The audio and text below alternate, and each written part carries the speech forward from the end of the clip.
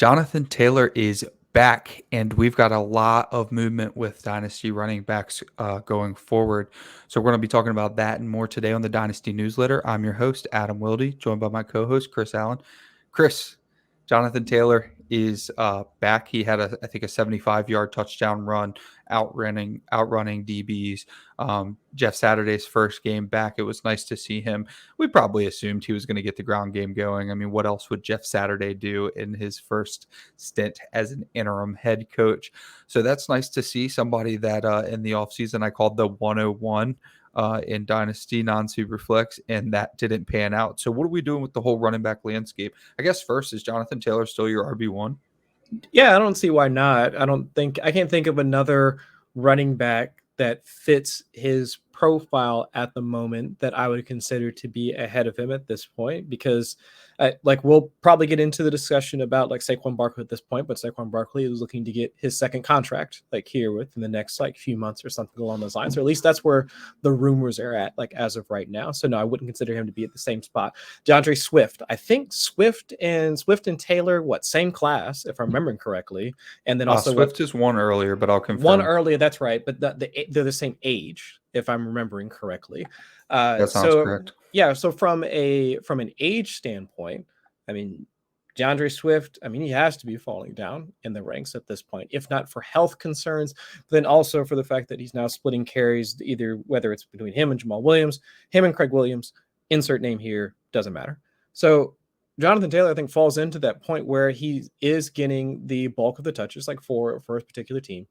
He is still capable of being that breakaway runner, capable of creating explosives, still there.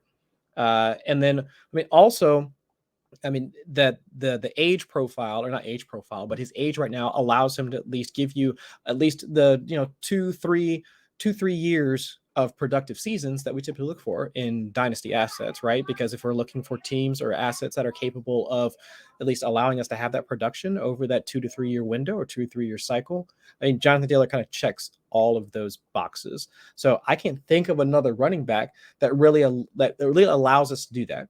One, having the historical production to say that yes, he can be like the fantasy RB1, like in redraft, not let alone dynasty, but in redraft be the standalone like RB1, but then also still having like the age and workload profile in order to do that. So yeah, like a Jonathan Taylor RB1, yeah, no problems with that. You were right. They were the same draft class. Super weird, like a Mandela effect kind of thing. I could have sworn he was a year earlier, but actually I thought Taylor was a year later. So anyways, Jonathan Taylor is the RB1 for me. He's still solidified as the RB1, but it's like, where does the RB1 go now? The RB1 would have gone, like I said, I was fine with Taylor at 101, and I'm like a noted early running back hater in Dynasty. I'd rather have give me 12 years of Jamar Chase, right? And then you don't have to deal with the churning that we're going to talk about today. And you have to get in on these running backs at the right time. You have to get out on these running backs at the right time. There's injuries that derail that kind of model. So it's just so hard to keep elite running backs on your roster at all times. Like young first contract running backs, you have to hit every time. You have to get out on an Ezekiel Elliott. You have to get in on a Dameon Pierce. So it's just so difficult. It's just way easier to go wide receiver. Jonathan Taylor was so far above everybody else in terms of upside. Every week, Jonathan Taylor could win you a week before the season. I had no clue that the most expensive offensive line in football could be so bad. And then in turn, the Colts organization could be so bad. And then that goes into the conversation of, well, how fragile are running backs to organization, to environment, to quarterback play, to all of these things. A wide receiver like Terry McLaurin can excel with someone like Taylor Heineke coming in just willing to give him a shot. It's not really the same with running back. You need everybody to participate. So I feel like we have this cycle every 10 years or so.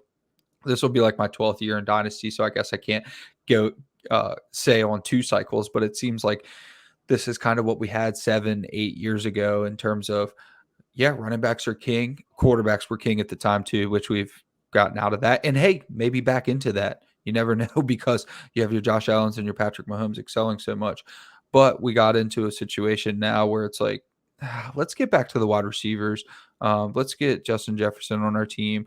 Even if you extended Tyreek Hill's, I guess for lack of a better term, shelf life, and said, hey, at 28, he's just different. You could have Tyreek Hill in your top 12, and you could have like someone competing for the Triple Crown for the next 2 years. So it's just really hard to take Jonathan Taylor like ahead of 112, like 201. And one, I mean, and Breece Hall, let's bring Breece Hall into the conversation because that is the player who, like you said, who else would we put over Jonathan Taylor? Well, if he didn't tear his ACL, I would have had Breece Hall over Jonathan Taylor pretty soon. Like if he continued that ascension, just think about the arcs, right? It might not have been the best process, but it was Jonathan Taylor doing horrible, then getting injured, and Breece Hall just electrifying. He probably would have ended up being our RB1. I think so, but kind of like you mentioned about the evolution of the position, like whether it's been, I mean, if you go back, like even just like 5 or 6 years, like when it was Zeke coming out or like players like that, like where it was just a volume type of thing. But think about the evolution of the position over the past like 2 to 3 years, like where you've seen less and less of the like the standalone bell cow type backs. And since we're talking about Jonathan Taylor, I mean, Jonathan Taylor really stands alone, like in terms of that moniker or that descriptor, like for a running back, like where you might have a running back that's capable of handling, I mean, such a high workload. How many other running backs can you really say that about? I mean, we thought Najee Harris was going to be that dude. But now, I There mean, you go. that situation has immediately changed, like for him, and not like injuries and all that, like definitely play a part.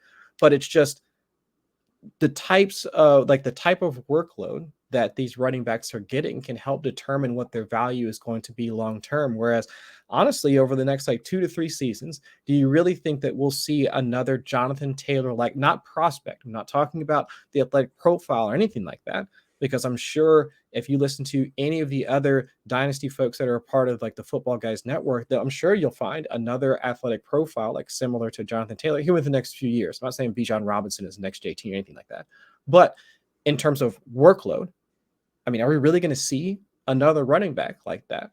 And I say no, or at least I lean no, because teams now are more, I guess, adept at being able to feel out how they're going to distribute their touches moving forward. They're not looking for that all around or all purpose back. They are trying to look for backs that can at least create, like they can do functions that can they can accomplish functions within their offense, whether it be the early down type of guy, but also has some route running ability. So they're not tipping their hand. I mean, they're not always going to get a Christian McCaffrey type guy, but if they can create explosives while not also being able to force specific personnel packages, then that's what they're leaning to at this point. So it's just, I think Jonathan Taylor, like he kind of stands apart, like it's in that I guess in that archetype of back. But it's just at the same time, it's like I don't think that we'll be able to see a guy like that in the next like few years, which is difficult to say.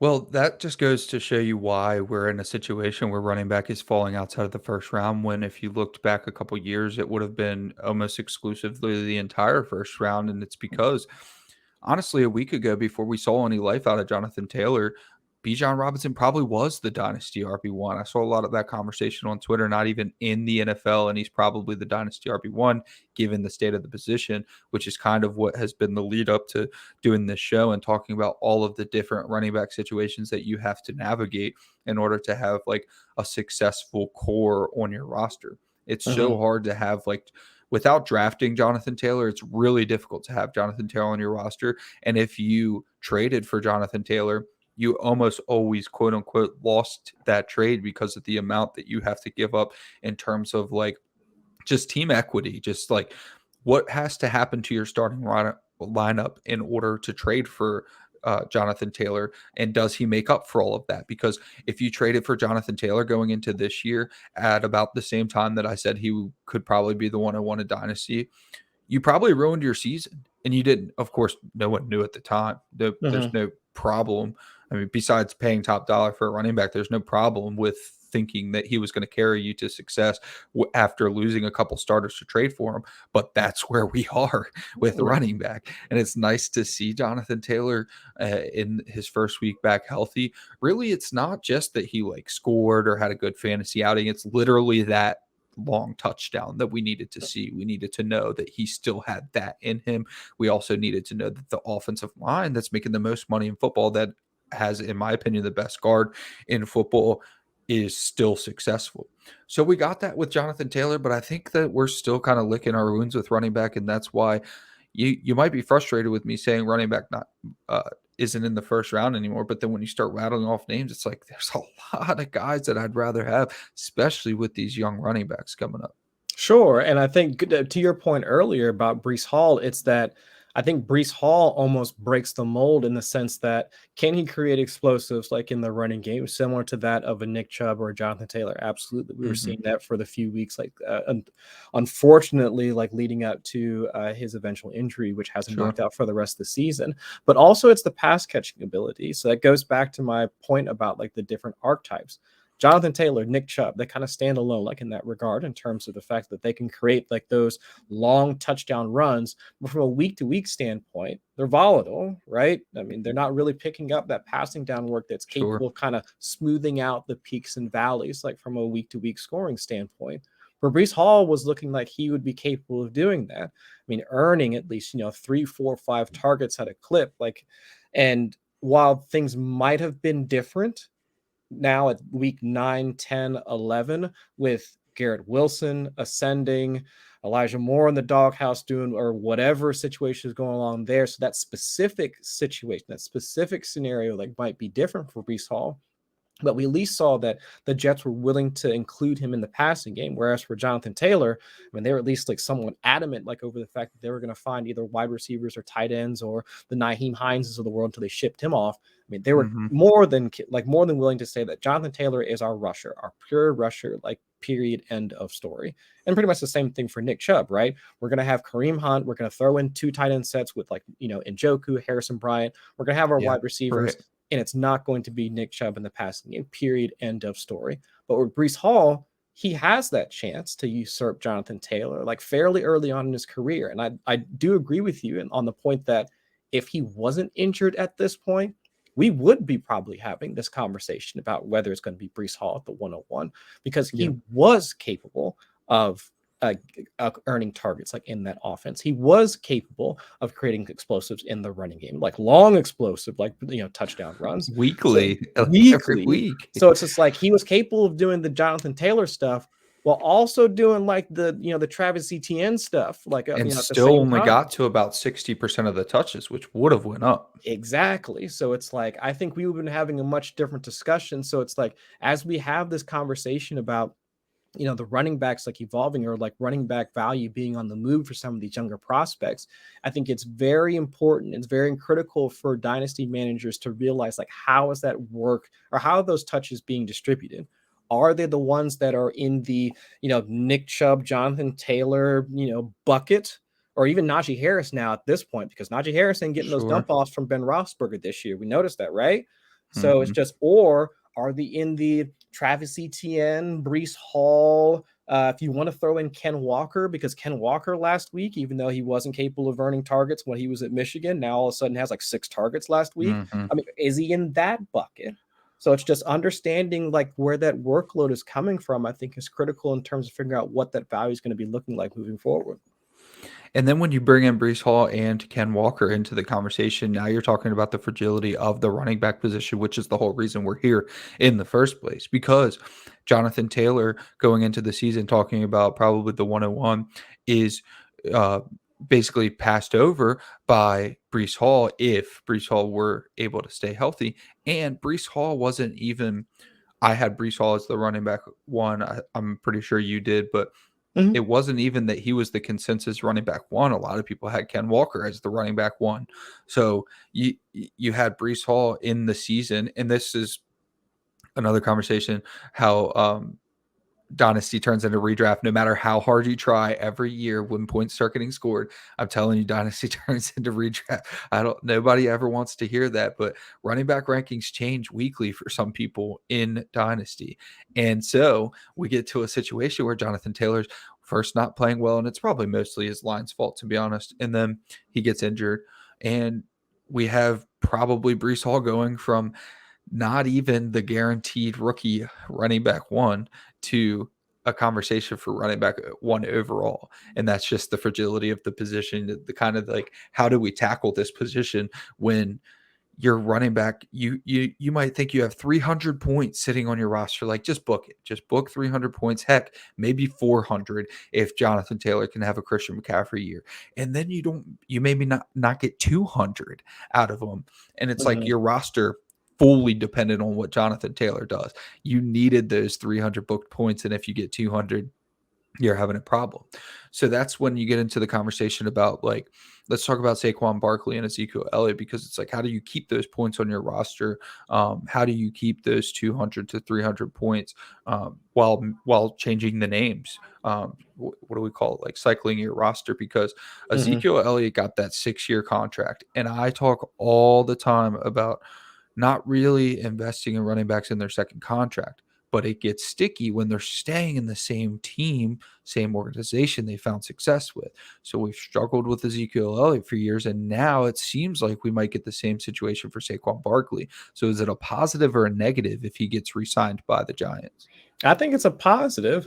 I mean, because if we look at this, like even over like the short history of like running backs getting re-signed, like while overall it can wind up being like a detriment, and I think like publicly it winds up being a negative in terms of their value. But if anything, like those are the guys that wind up still having like at least the reliable workload. I mean, look at Josh Jacobs. I mean, like people, how many years have we sat back and just been like, well, Josh Jacobs sucks. Like, we don't like him.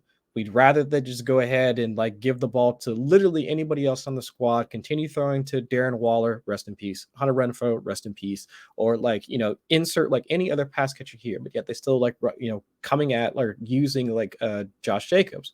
And Josh Jacobs is still producing.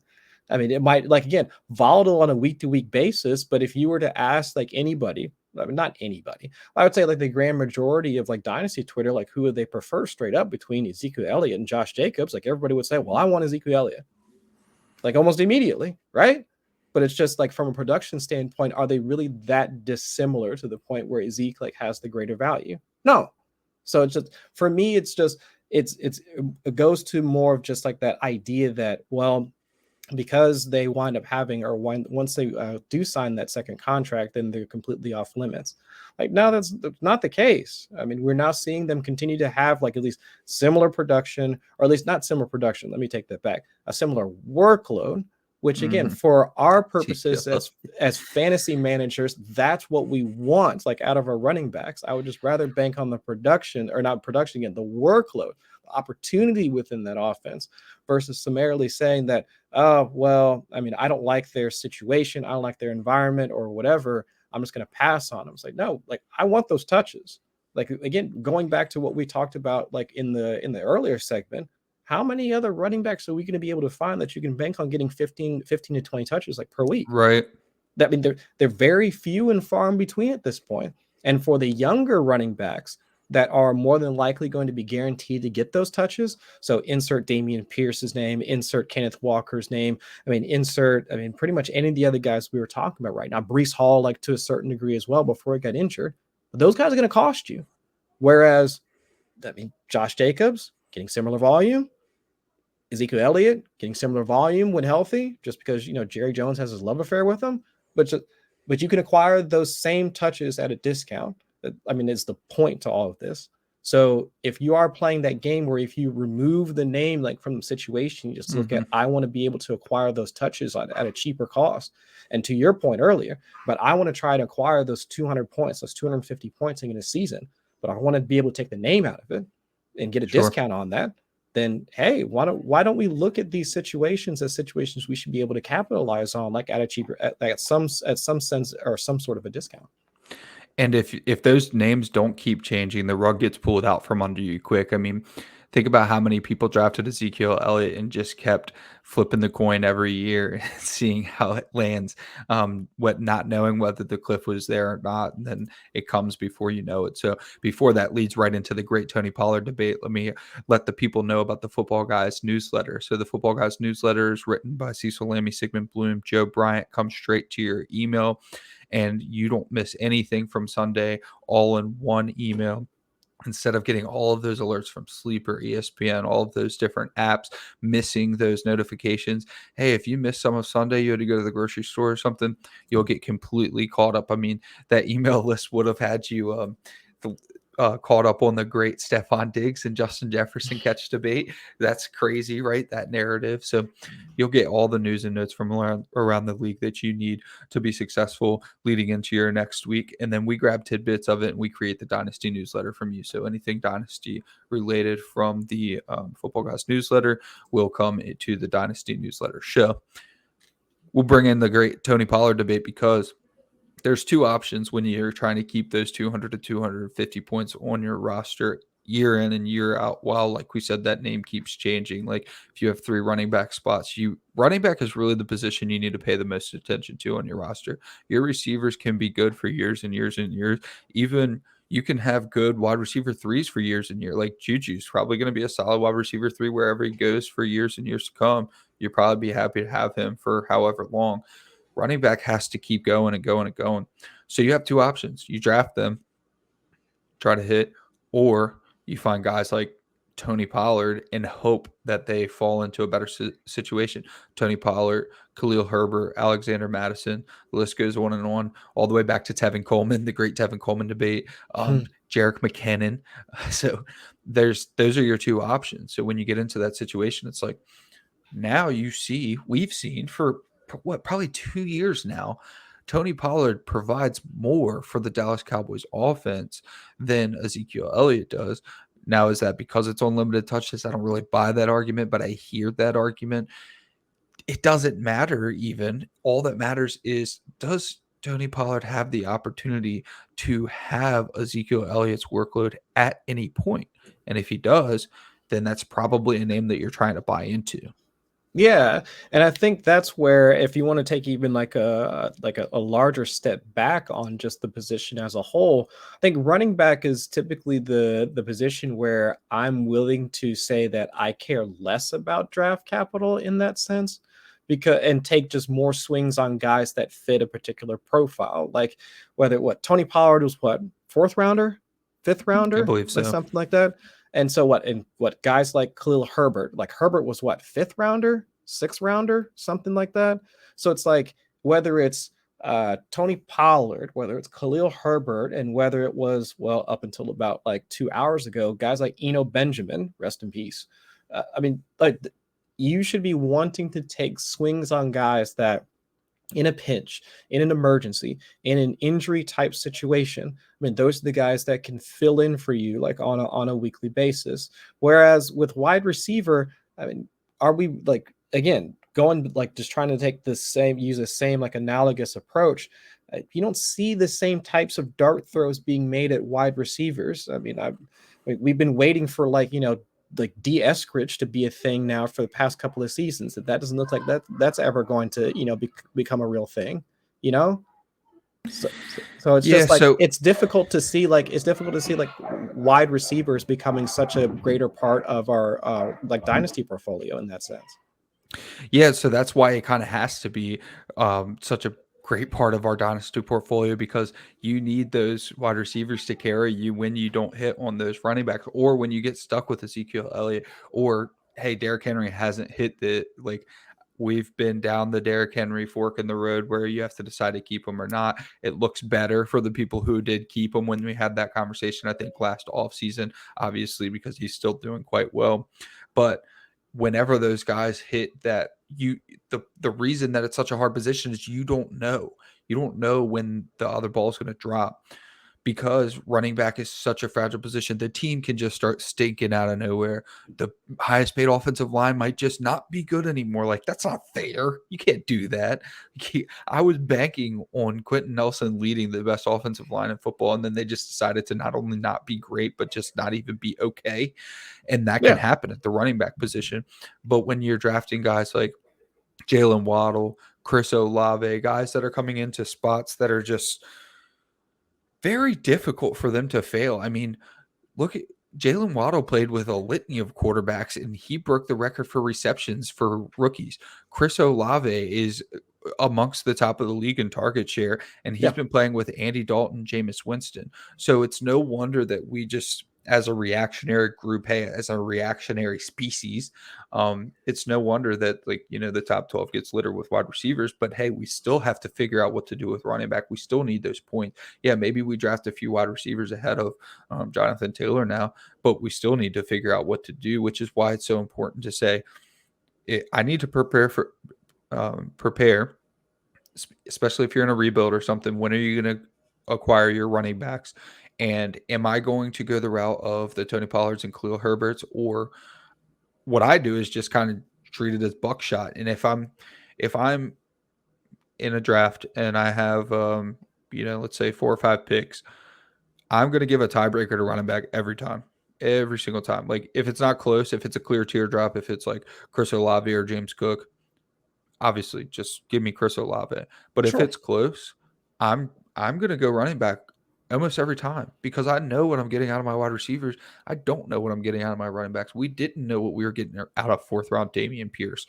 I mean, that was actually a difficult one. So we have Dameon Pierce on the docket to talk about too. Dameon Pierce was a difficult one because he wasn't given a ton of opportunity at Florida. So you had 2 problems. You had, why wasn't he getting a ton of opportunity at Florida? And then 2, what did he do with his opportunity when you didn't get to see enough? Like, we saw that Dameon Pierce was good on film, but was he good enough times? And that was an issue. And then coming into the league, I mean, he's the angriest runner in the NFL. I mean, Derrick Henry 2.0 is kind of what he looks like, same division and everything. So it's really hard with running back, but the only way that you get to get to your Dameon Pierce is you have to get through your Tyrion Davis prices too. So it's not like this is a simple task, but if you have only 2 routes and one of them is try to find a player that's going to fall into a great workload like Tony Pollard, everyone's smart to that. Like, nobody in any of your dynasty leagues is clueless about Tony Pollard. So everybody knows if he gets Zeke's workload, he's going to be good. And that's why I always bring up Tevin Coleman when he was going into free agency. It's like, we knew he was pretty good at the time. So he was already priced at like whatever he would be if he was in the best landing spot possible. And then if you go the rookie route and you just take your picks, and like I said, don't just take a running back for the sake of taking a running back. But if you trade back and get running back, or if you're at like a situation where there's 3 guys you like and you take a running back, then you just load and load and load up your roster while you rely on your Derrick Henry. Hey, if you need to ride with Derrick Henry into the sunset, secure a couple championships, blah, blah, blah, that's fine. But take a couple of those 2nd round guys. I mean, even Rachaad White looks like he's probably going to pan out. If you took Michael Carter in the mid-2nd round a couple years ago, you've gotten great value out of him. So if you take shots at those guys in the 2nd round, that's really the only way, or not just the 2nd round, late 1st, early 1st, whatever. If you take shots at running backs in the draft, that's really the only way I've found that you're able to churn your roster enough. And then if you hit on those guys, you just trade. If you had Ezekiel Elliott on your roster and you hit on a Dameon Pierce, all right, thank you for your service, Ezekiel Elliott. I'm moving down to Dameon Pierce, and then you're using that pick to try to take another running back to keep filling that void. Yeah, and I think that works unless, you're targeting a guy like James Cook. Rest in peace. That's tough, especially when you see his brother just like, 6th year in the league. Yeah, remember still running for 80 yards. Yeah, because what was it like 4 or 5 months ago throughout most of the offseason? Like the narrative was that, well, because James Cook is such a good pass catching back, because Devin Singletary and Zach Moss, they suck both as pass catchers, and Devin Singletary is, I would say, a mediocre rusher, even though I actually think like Devin Singletary is actually pretty daggone good. But decent, yeah. Yeah. But either way, it's just like James Cook should totally be better like than Devin Singletary. So it's just I think the narrative associated with being drafted to a team associated with a good quarterback and so on and so forth kind of leads to these types of players getting steamed up from a dynasty standpoint.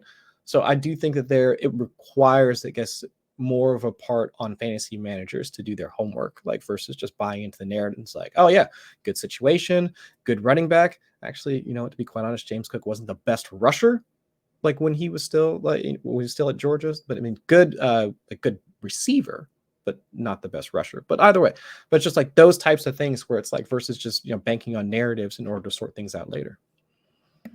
Yeah, James Cook was tough because he's a second round pick, and usually that's a pretty clear indicator. I mean, you brought up Bijan Robinson earlier. I thought it was going to be a long time before we saw like mid to early running back ever again, if we did ever see it again.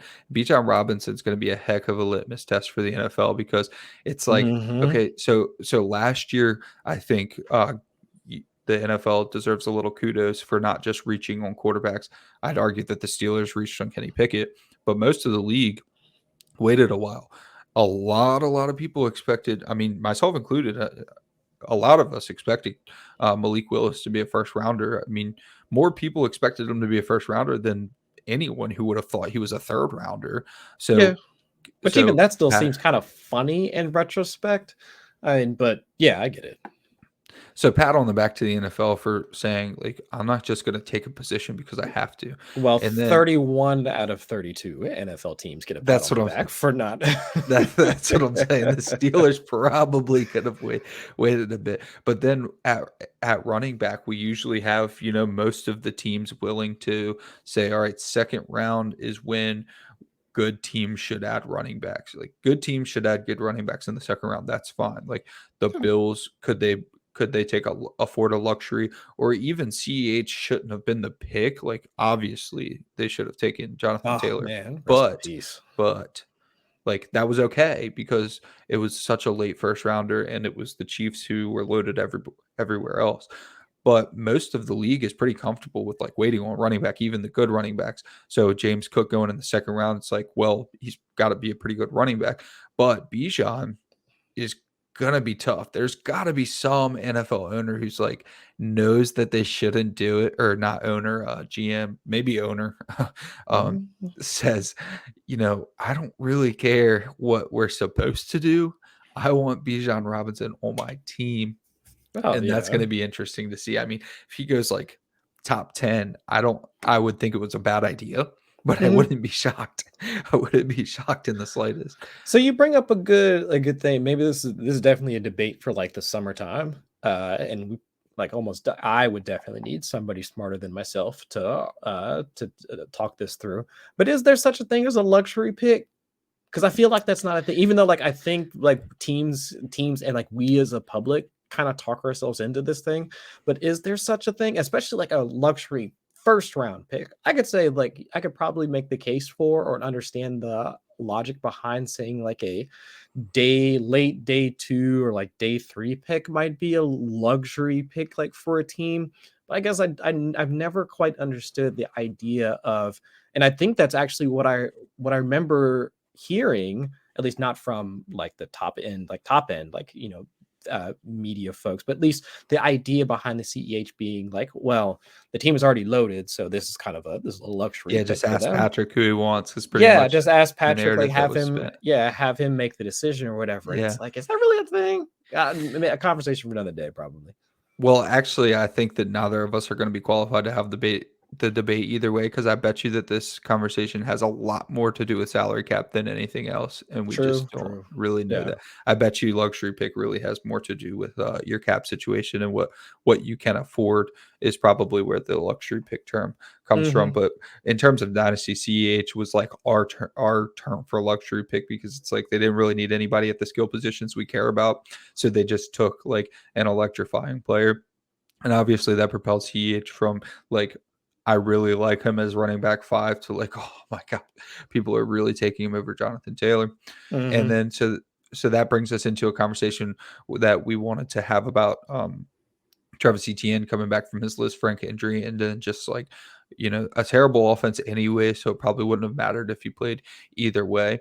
But since we talked about Breece Hall already, and then we need to bring Javonte Williams into the conversation, of course, he was electrifying. He could have made a case for one of the top overall running back spots, even splitting duty with Melvin Gordon if he didn't get injured. So now we have Breece Hall and Javonte Williams, both young. Unfortunately, Javonte Williams is a second-round pick, so he's not going to have the fifth-year option, and he's going to be going into his third season coming off of injury. So it's a little bit different of a conversation. But with Breece Hall and Javonte Williams, when you have so much turmoil at running back, especially at the top, do you just take the guys that you feel like we're ascending and maybe get a little bit of a discount in a trade, or do you just have to move on and kind of look past those guys? No, I'd say try and acquire them now, like before, like at that discount, like you were just pointing out, like versus just waiting to see what they're going to look like on the rebound. I Unless it's like an Achilles like type of thing, even though we have seen some indication that players and specifically running backs can come back from Achilles injuries. Mm-hmm. It's just more about like what was their workload going into it. Because I would argue that let's say so guys like since we're talking about like running back injuries as a whole, let's look at like Donta Foreman, Sure. Achilles injury and all that, like prior to, comes back and now he looks like essentially like the workhorse like for the Panthers. But back to my earlier point, how was Donta Foreman accruing touches like prior to his injury that sapped him of pretty much like the majority of his career? I mean, he was primarily a rusher, not earning targets like out of the backfield. So, in order for him to really even get going as a fantasy asset or a guy that you want on your roster, he needed to have like that explosive. He needed to have like that level of like breakaway talent in order for him to really be, or like either that or just brute force, right? Like a bunch of like high missed force tackle rate or high yards after contact rate, like that sort of thing. But so we were seeing that with him now, however many years later. But for guys like Breece Hall, for guys like Javonte Williams, I have at least some more confidence in their ability to rebound from a fantasy standpoint because we've seen them earn targets so far. Sure. Javonte Williams last year, the more efficient pass catcher, like then Melvin Gordon last year, still earning targets at a decent rate, at least relative to Melvin Gordon this year. And we were already talking about Breece Hall and what he was capable of doing, like in the passing game as well before he was injured. So like those two running backs, like by themselves, yet how they're accruing touches. Javonte Williams with essentially a 50-50 split, like between him and Melvin Gordon as the primary rusher, shouldn't expect to see that in 2023. Whomever they're going to bring in to run alongside him, we can have that conversation another day. But either way, if they are capable of being those dual threat type of running backs, like out of the backfield, then again, I would rather take my bets on those types of guys versus like coming back from injury versus guys that at least either have required like unique situations. So let's say, for instance, not expecting this to happen, don't want it to happen. But let's say if Najee Harris were to go down because his foot injury is just completely wearing on him at this point, this Frank problem that he had like throughout the summertime or earlier on the season just becomes a thing. He's shut down for the rest of the year.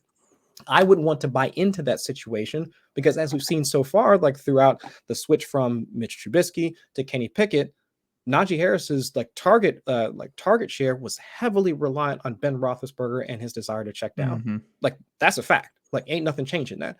So I would be less inclined like to want to invest in Najee Harris, like in whatever the offense is going to look like in 2023 as Pickett continues to get more reps, because we're just not seeing that mode of production for him, that type of opportunity for him in the offense. Whereas with Javonte Williams and whereas with Breece Hall, almost instantly, like once they got into their respective franchises, we're seeing that level of opportunity for them. So it's just easier for me to believe in those two guys versus saying almost anybody else that you would want to discuss. I mean, that it's difficult for me to want to buy into their situation. You gave me a thought when you said injury discount, how like people who've been playing for a long time or people who are good at Dynasty hear injury discount and just kind of roll their eyes. So like there's no injury discount. And the new people or people who haven't been doing Dynasty for so long are like thinking that they may get over on one of their league mates, like, oh, I'm gonna steal Breece Hall or Javonte Williams. And really what it is just a happy medium. There has to be some sort of discount for a player not being on the field during a season. Like Breece Hall cannot be the same. I mean, he can be. People can just not trade him. But if you're trying to get a fair trade done, both parties plenty knowledgeable about all circumstances around each situation. When you're trying to go in and trade for Breece Hall, you're acknowledging, hey, we both know this guy's great. Probably would have been the RB1 overall. However, he's injured. We don't know how he's going to come back. There needs to be a little bit of a discount for the uncertainty. That's how you really approach a injury discount, quote unquote.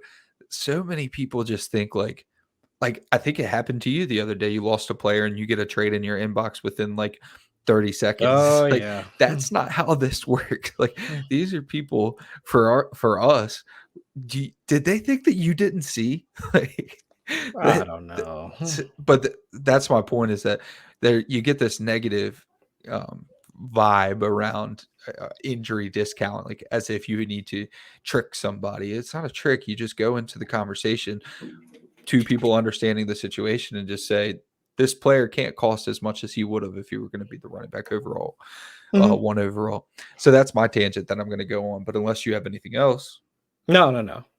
That's going to be it for today. So thank you all so much for coming out to the Dynasty Newsletter. Please like, subscribe, rate, and review. Make sure that you subscribe to our own Spotify channel, no longer on the Audible. So we have been awarded, all of us, all the different shows. We've all got our own channels under the Footballguys umbrella. So please subscribe to those, and we will catch y'all next week. Peace.